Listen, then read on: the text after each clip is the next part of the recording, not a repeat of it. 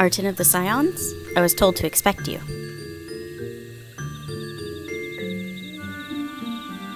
I understand you go to treat with the primal Ramu himself.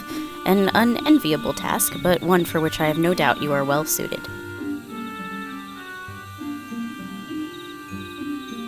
I have been told that your fellow Scions are conducting an investigation of the area as we speak, that we might ascertain the location of where the Lord of Leven might be found. I would ask that you abide here until they return with their findings.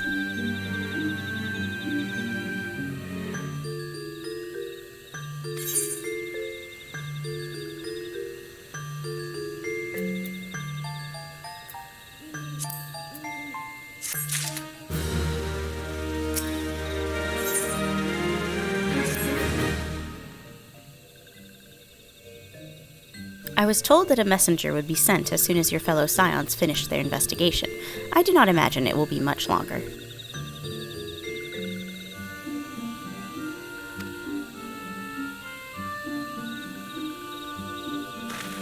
This one returns, and returns with good tidings. Wise ones have finished searching and have wisely identified the precise location where the Touched One summoned Lord Ramu.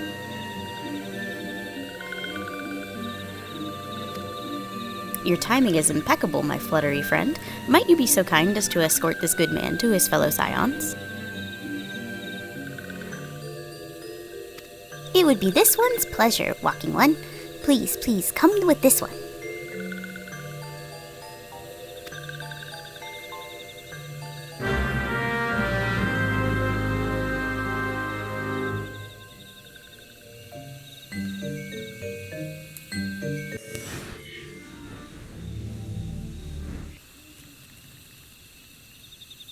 Wise ones have ventured deep, deep within the Sylphlands. These ones must proceed carefully and keep an eye out for Touched Ones.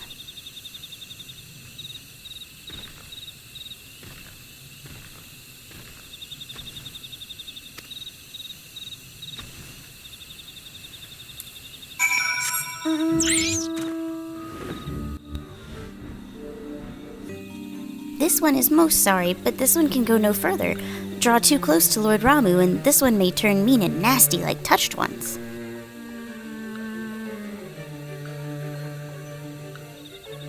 And so this one must say farewell for now. Walking One will find wise ones not far from here to the south. Go in safety, Walking One.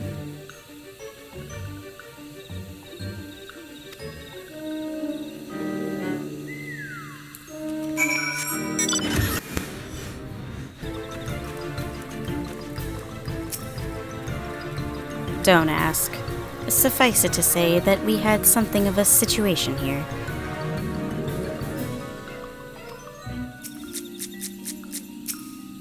Ah, there you are. It is you, isn't it?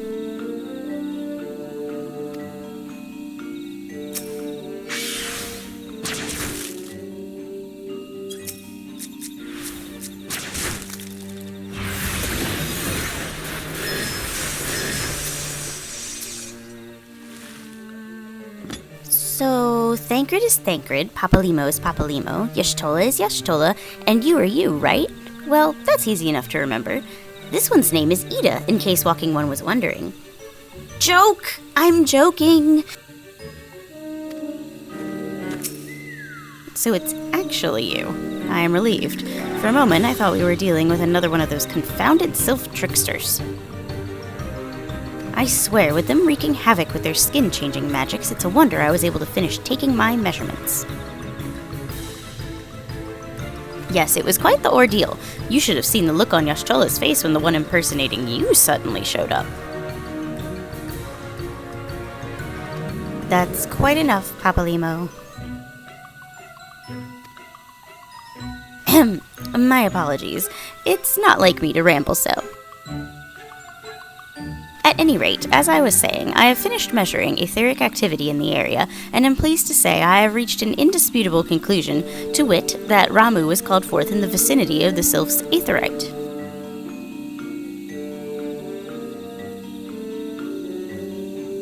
Come, Arton, the Lord of Leven awaits.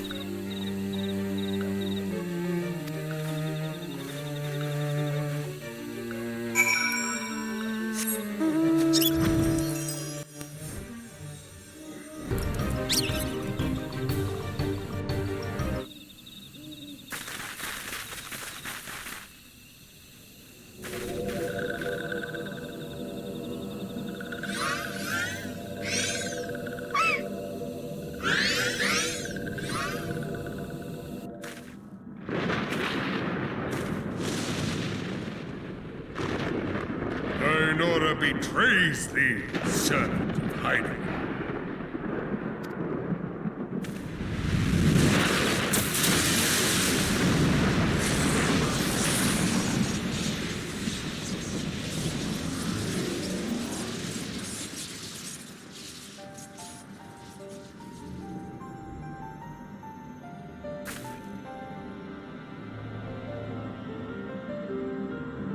Thou art the bringer of light, bane of Ifrit, Titan, Garuda, and Leviathan. I am Ramu, guardian of the children of the forest. Thou tramplest upon sacred soil, bringer of light. By what right doth man intrude in this sanctuary of the sylphs?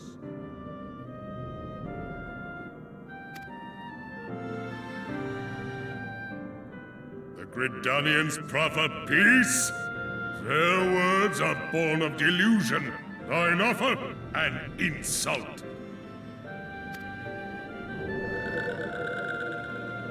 Thou speakest of harmony, yet carest not for my children's desires.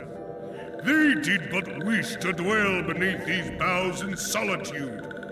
Yet even that was too much to ask of man.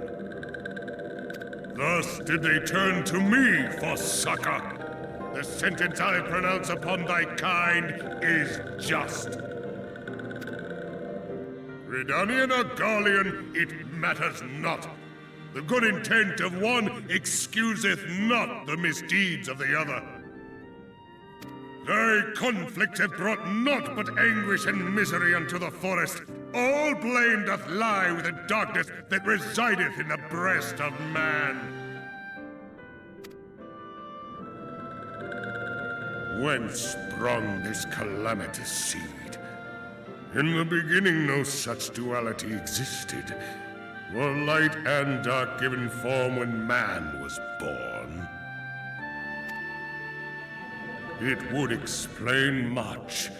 Not least why strife and sorrow follow ever in thy wake. Thou canst not deny the urgings of thine own nature. Knowing that thy mere presence here portendeth tragedy, wilt thou persist in this pretense of peacemaking?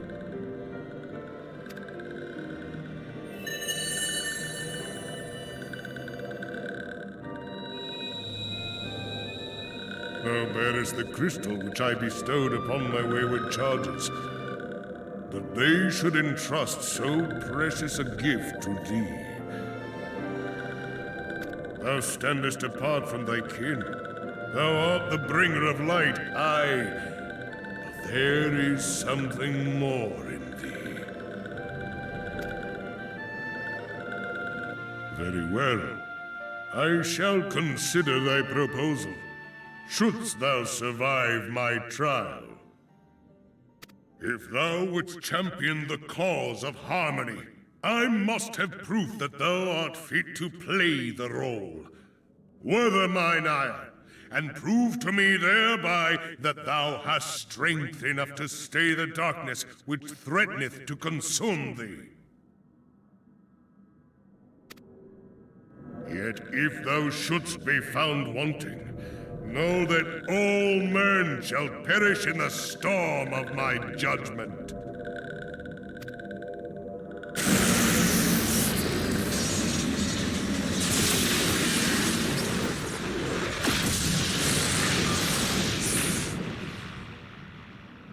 Come to me, bringer of light.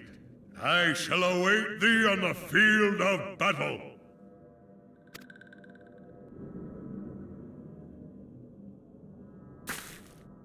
Urianger, it is rare indeed to find you so far from a tome.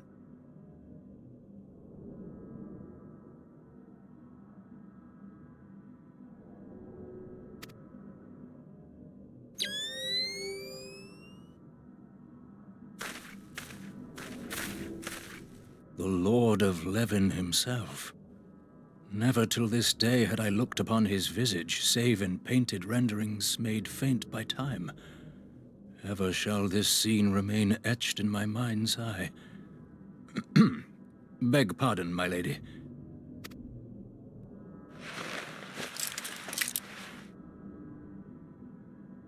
I must beg thine aid on a point of research. If thou art resolved to face Lord Ramu, I would ask thy leave to observe the event.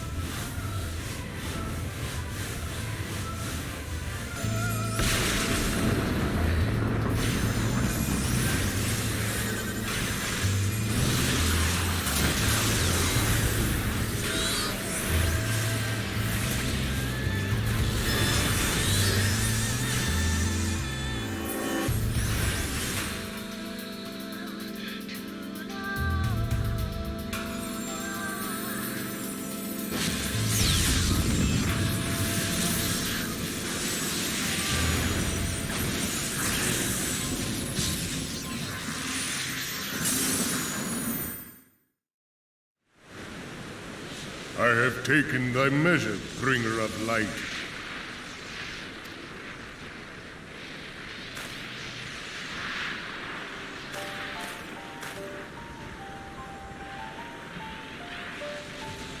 And I judge thee a worthy champion. The task of excising the sin that hath taken root in man's heart is thine. Shrink not from employing thy strength in service to the forest and the wider realm beyond.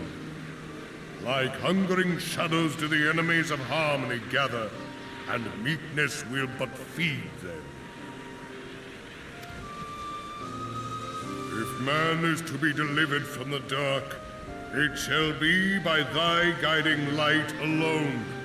Stray not from the path, for if thou dost, thy people shall be truly lost.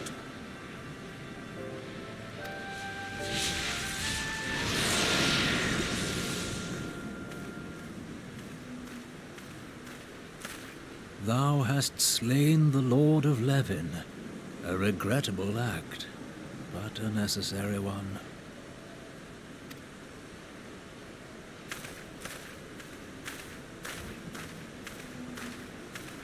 In witnessing thy struggle, a truth hath been revealed unto me. If I mistake not, it may yet prove a chink in the eternal armor of the Assyrians. But let us conclude our present business. I shall expound upon my findings at the Rising Stones anon.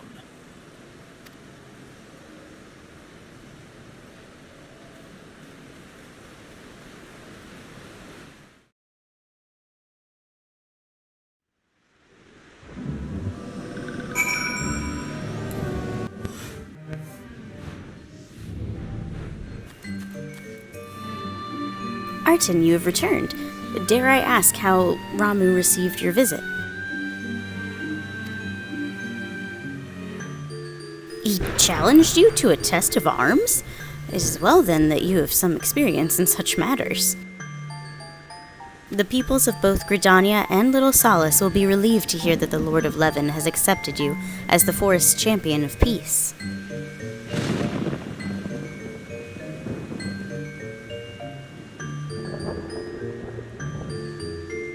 You have performed a monumental duty this day, Arten. The Elder Seedseer must be informed of your deeds at once.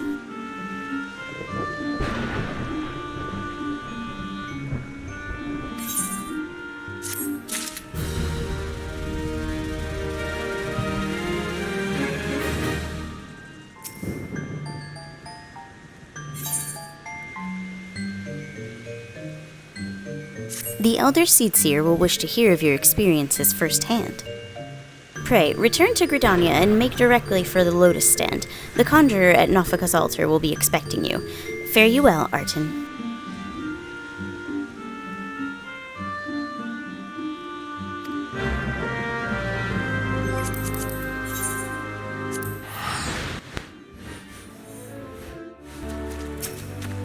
Welcome back, honored Scion. We who knew of your mission have been most anxious to see you return. The Elder Seedseer awaits you within.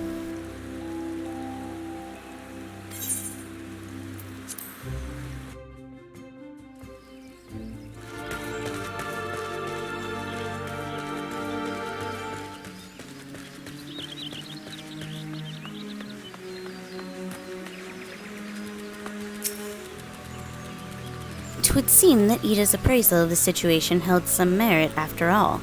Mayhap I should not be so swift to discount her intuition.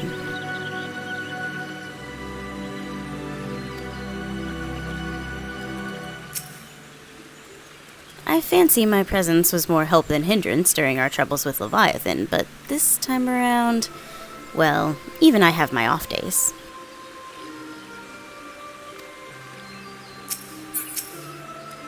Ah, the hero of the hour. Let us not keep the Elder Seedseer waiting. You should have seen Maxio when we got back to Little Solace. Grateful is an understatement. I thought he was going to shake Papalymo's hand off.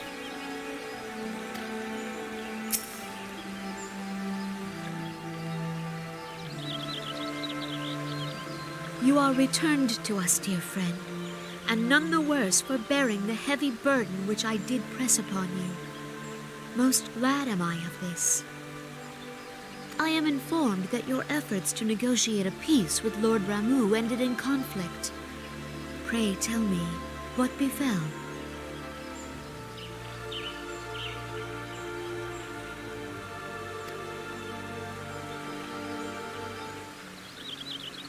Ramu made trial of you?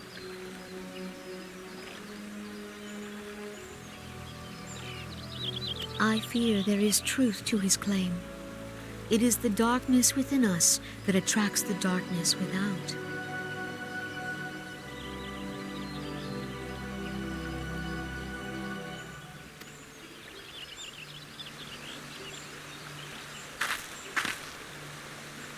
It cannot be denied that misfortune follows man. For evidence, one need only look to the conflict brewing in Cartano, or to the rising flood of refugees. Our shared struggle against the Empire should have served to seal our union. Yet the ties which bind the Alliance strain under the weight of gross self-interest. As the scars of the calamity begin to fade, so too does our sense of common purpose. Yet now is scarce the time to forget our shared responsibility. If this new-sprung realm is to survive beyond its infancy, it must needs be nurtured by all. Eorzea must be as one. Yet I fear that dream is still far off.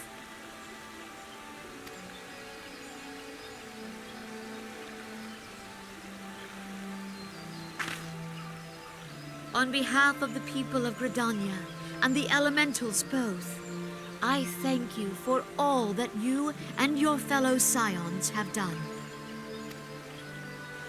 Full oft have I been compelled to look to you for aid of late, and offered all too little in return. As leader of this nation, I shall endeavor to prove a more worthy ally to your cause henceforth.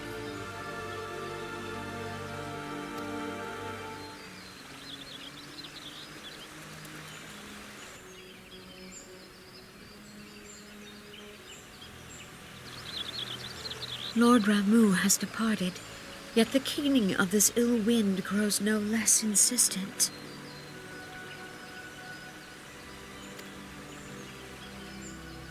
Voices of the forest, pray speak and I shall listen. What unseen evil begets this unease in my heart?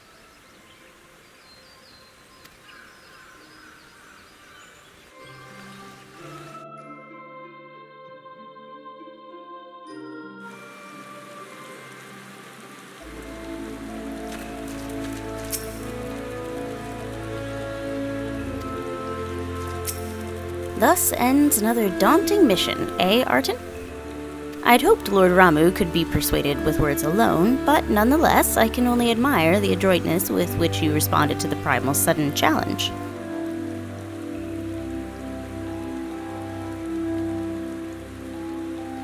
And it seems that Urianger too is pleased with the outcome. What say you, Arton? Shall we gather back at the Rising Stones and ponder the lessons of the day?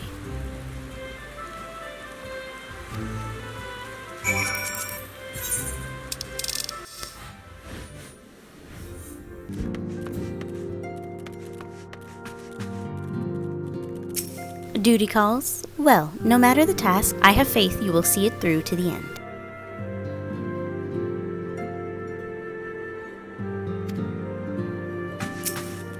Take care, Arton. I look forward to hearing all about your adventures when you return.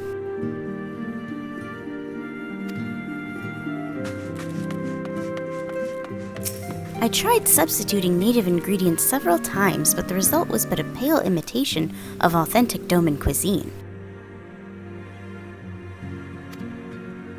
Hey, Mr. Arton, what's a Ramu? Is it cute and fluffy like a horsebird?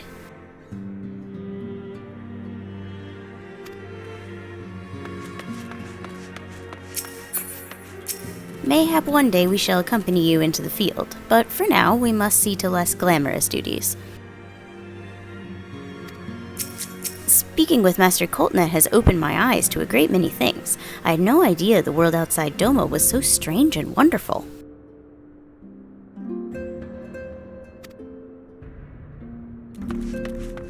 Mr. Arton, is it true you're going to go adventuring again? I'm so jealous! Worried about leaving us alone? Don't be. While the Archons are away, Hoary Boulder will keep the little ones safe.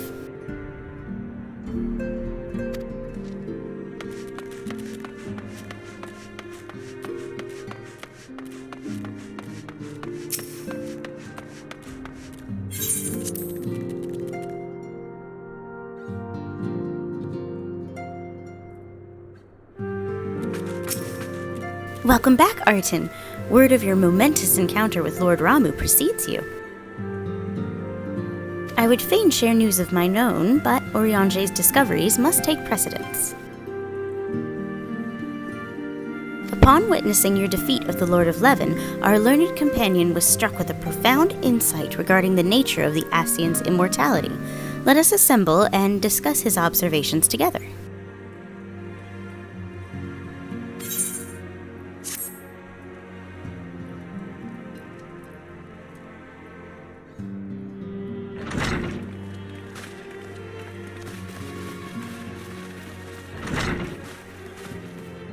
If everyone is ready, let us begin. Urianger, the floor is yours.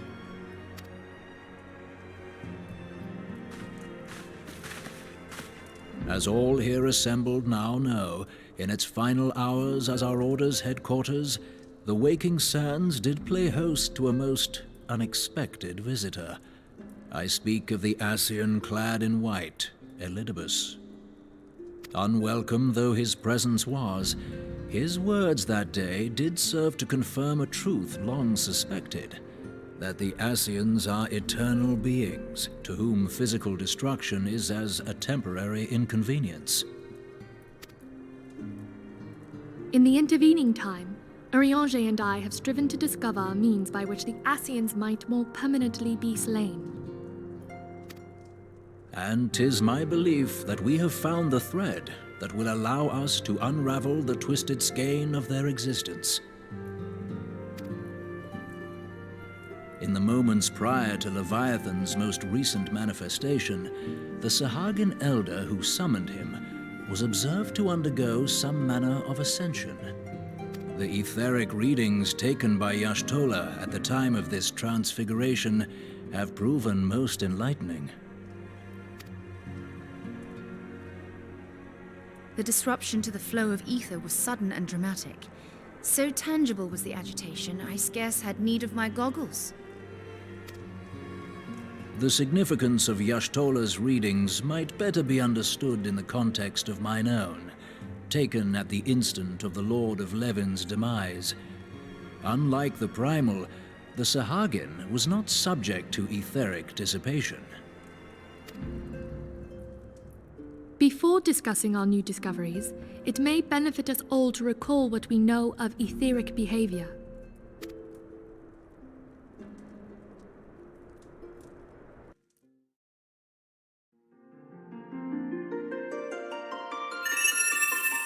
Let us begin at what some might call the end.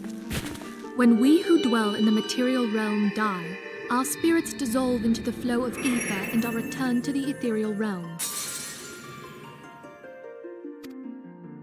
In turn, the restless energy which suffuses that plane streams back into our world, giving rise to new life.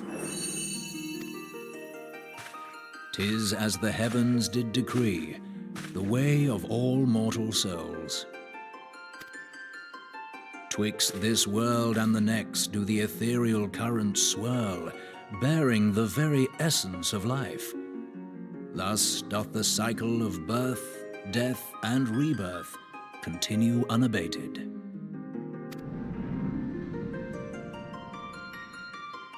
Primals behave somewhat differently. In order to manifest and then maintain a physical presence in this realm, they must consume vast quantities of ether, most often in the form of crystals. Though they may seem to live, their flesh is but ether given shape.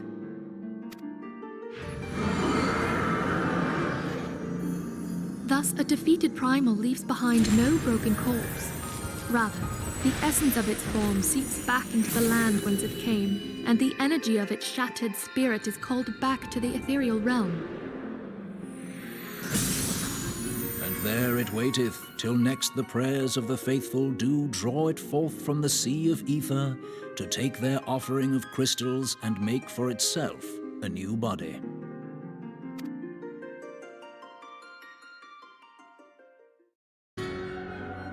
Which brings us on to the third group, the so-called immortals. They exist in a manner all their own. Quite.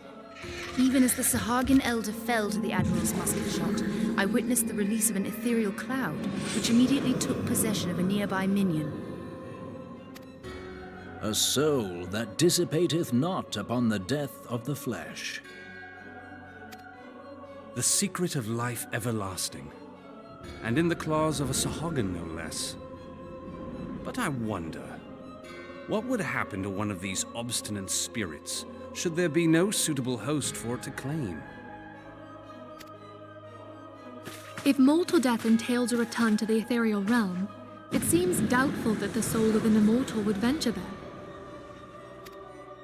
Nay, it merely withdraweth a distance, unto the shore of the ethereal sea, perchance, but no further. Yes, it exists in neither this realm nor the next, abiding instead in the space that lies between them. The Ascians took control of Thancred by means of a crystal of darkness, an artifact which, if our theories are correct, serves as a gateway to the place I have just described. I was hoping people had forgotten about that. I am sorry, my friend. For a mercy, the weary road of our research hath brought us unto an answer. The Sahagin ascended to an immortal state, but he did not possess a crystal of darkness through which to flee this realm. Thus was he consumed by Leviathan. If we could entrap the spirits of defeated Ascians in like manner, and thereby deny them resurrection,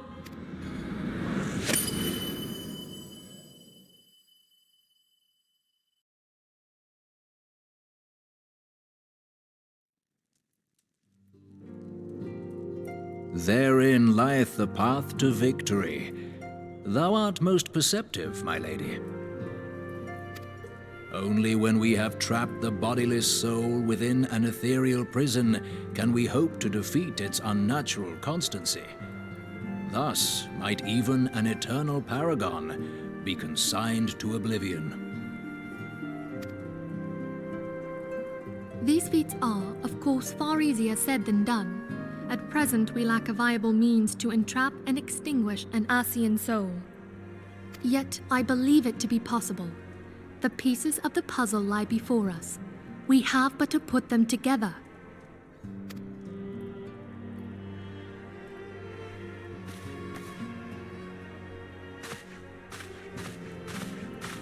I will depart at once to convene with the sages of Sharlayan. Together shall we divine the steps by which our goals may be achieved. I have the utmost faith in you, Archon.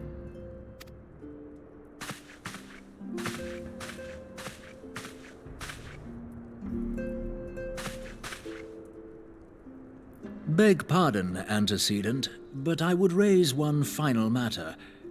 Even now, a Sharlayan survey party seeketh to ascertain the fate of the students of Baldessian. Their findings shall soon be known to us. Though you harbor feelings of dread, I bid you surrender not to sorrow, but abide instead in hopeful prayer. I shall, Archon. Thank you.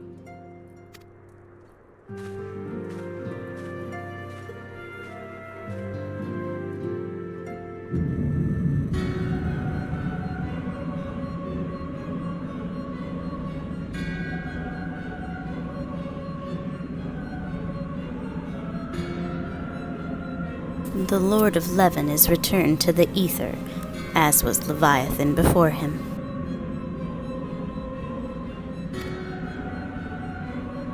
Ramuh's acquiescence was most intriguing. Inferno, Vortex, Crag, Whirl, and Leven all have now been humbled by the Bringer of Light.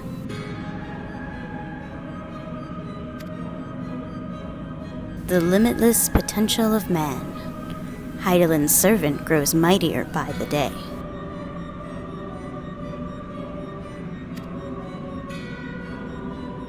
Yet he prospers at great cost to his mistress, whose strength is all too finite. 7 times have the masses survived the rejoining, but their souls are grown weak and wan.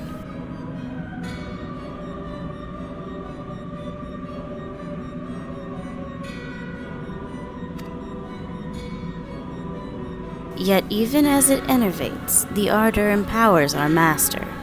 All that remains is to nurture the strength of the gifted, to forge the final key.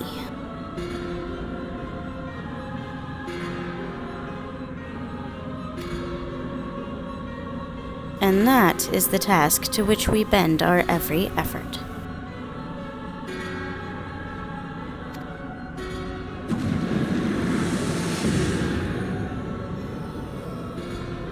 Divine seeds were ever wont to quicken in Eorzea's fertile soil.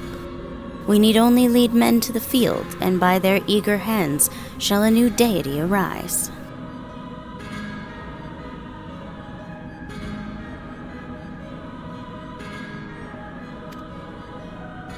That which was shattered shall be made anew, and the one true God shall come again.